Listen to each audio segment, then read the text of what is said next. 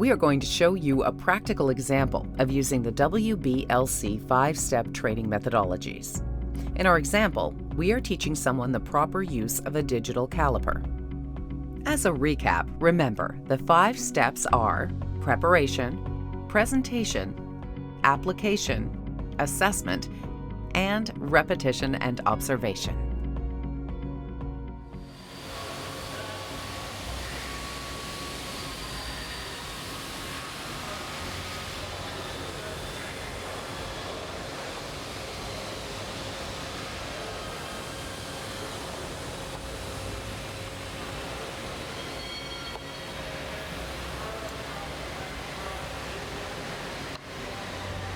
Come on in, Josh. Notice how the trainer took the time to prepare the work area and had everything ready. With a little planning, he can be sure the trainee's focus will be on the task and not distracted by other things. This also shows the trainee you care about his or her success. Good. I'm going to show you today how to use a digital caliper. Okay. Have you ever used one of these before? I haven't used one, but we learned about them in our e-learning. Oh, very good. Yeah. Very good. So there used to be vernier calipers and then dial calipers, and now we have digital calipers. They all work the same. The newer ones, the digital ones, are a little easier to read. You can see the big display here. Right. So when you hold it, you want to hold it like this. You want to have a good handle on it, so you don't want to drop it, because this is all precision. And you can see they're quite pointy, they're quite sharp, and they need to stay sharp. Okay. You don't want to, and you also don't want to get a whole bunch of dust on it. So the first thing you do is clean it with your hands. You'll have some natural oil on your hands. Make sure your hands are clean, obviously, to start with. And you'll just wipe down the measuring surfaces and make sure that there's no dust on them. And then you'll want to zero them out and make sure it reads 0. Okay.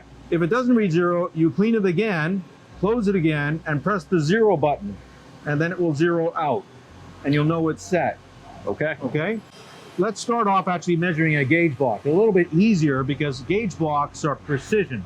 Right. They're ground and lapped to exactly the right size, and they're perfectly flat and parallel. So it's a little easier than measuring a machine part. Right.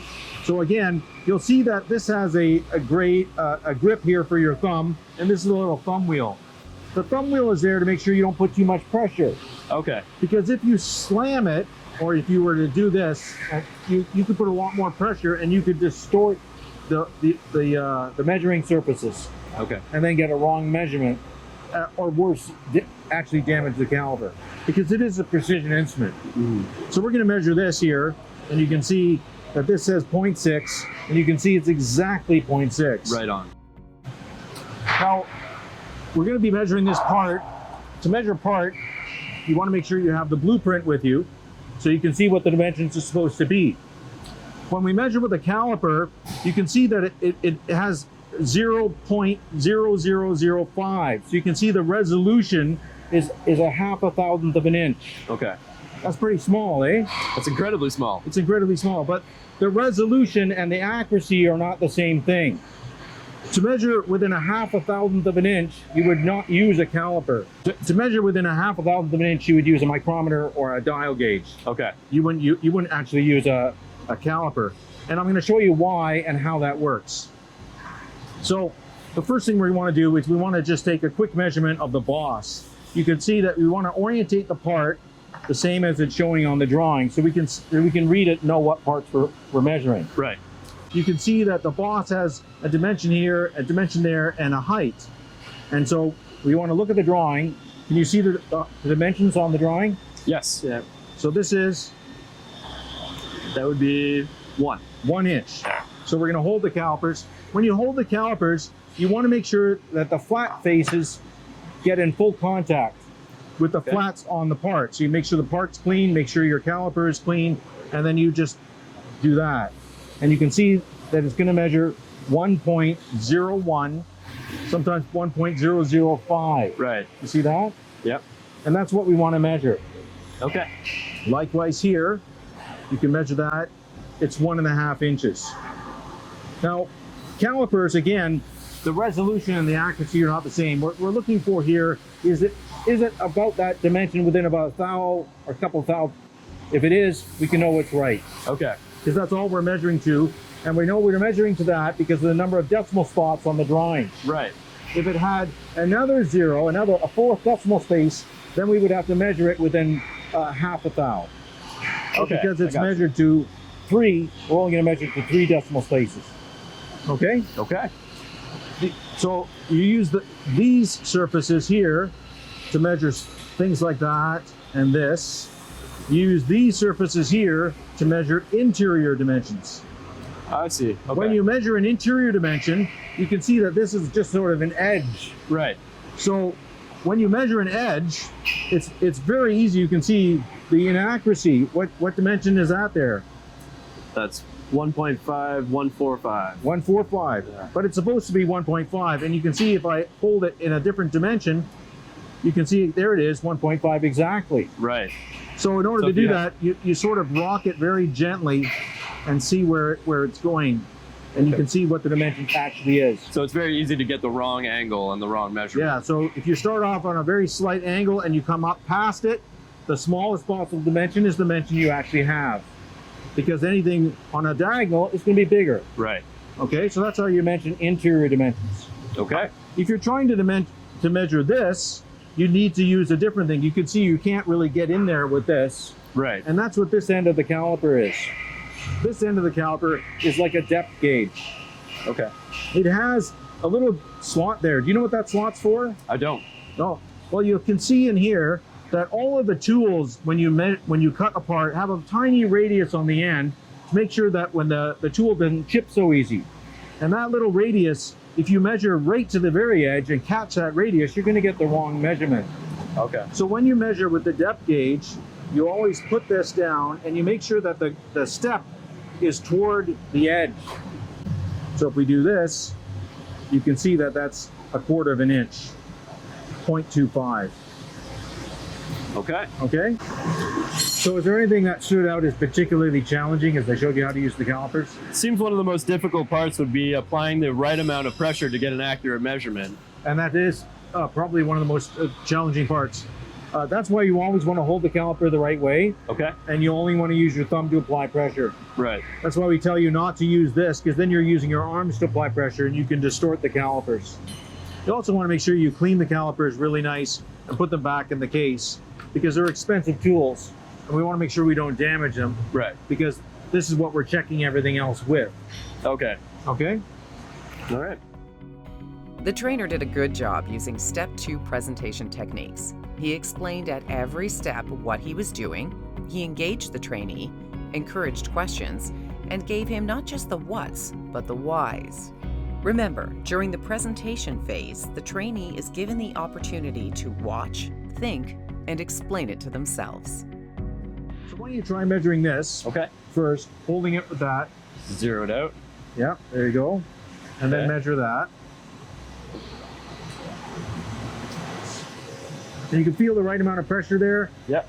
Try turning this a little bit and making sure you've got it square. Right? Try twisting the gauge block. See how it goes up by half a thou or not. So now you can get a better feel for it. Right. Yeah. Okay, now let's go back and measure the boss here. Okay. Measure the boss, 3 dimensions. And we always zero out. You always zero out, make sure that it's right. Okay. And so the dimension you got is? That one. 5015. So 1.5015. And the dimension we want is? We want 1.5. 1.5 right there. Yeah. So it is 1.5 Okay. within a thousandth. What about the other 2 dimensions? Zero that out once again.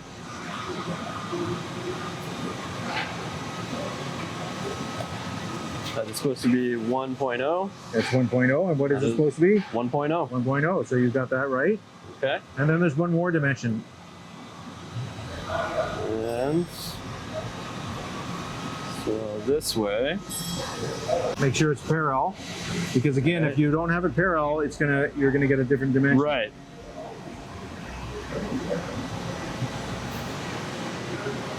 And it says 0.225. 0.225. And what is it supposed to be on the drawing? That is supposed to be 0.25. 0.25. So not quite the same. Right. So when it's not quite the same, you take your tool, you re-zero it, make sure you've got it zero, make sure this is clean, Okay. and you try it again. Okay. Because before you report an error, you always double check your work.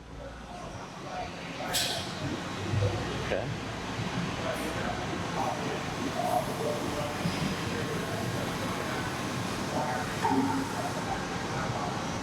That is 0.235.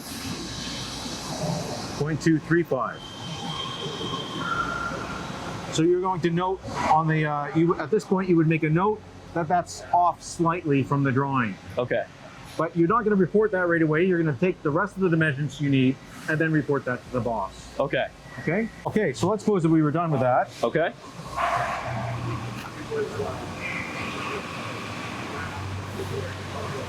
Okay, that's very good. You were concerned about how much pressure to apply. Did you find it got easier as you practiced? Yeah, absolutely. It is interesting how just a little difference in pressure can change the measurement. Yes. That's why we always make sure we hold the tool with the right hand and you only use the thumb wheel. Right. Right. During the application step, the trainer gave the trainee a simple, practical way to put into practice what he saw in the presentation phase. He let him try and encouraged him while giving advice. Remember, during the application phase, the trainee is given the opportunity to do, feel, and explain it to themselves. This process allows the trainee to integrate into their own thinking how to most effectively use the tool. I'm glad you put that away like that. Calipers are expensive, and we want to make sure that we never damage them. Right. One of the easiest way to damage them is just leave them lying around the workshop, and then they turn around and you knock it down onto the floor. Of course. So we always want to put the calipers back in the box. Well done. Well done, Josh. Thank you very much. Thank you. In the assessment stage, the trainer gave both positive feedback as well as advice to improve without being discouraging. Go ahead and continue the measurements.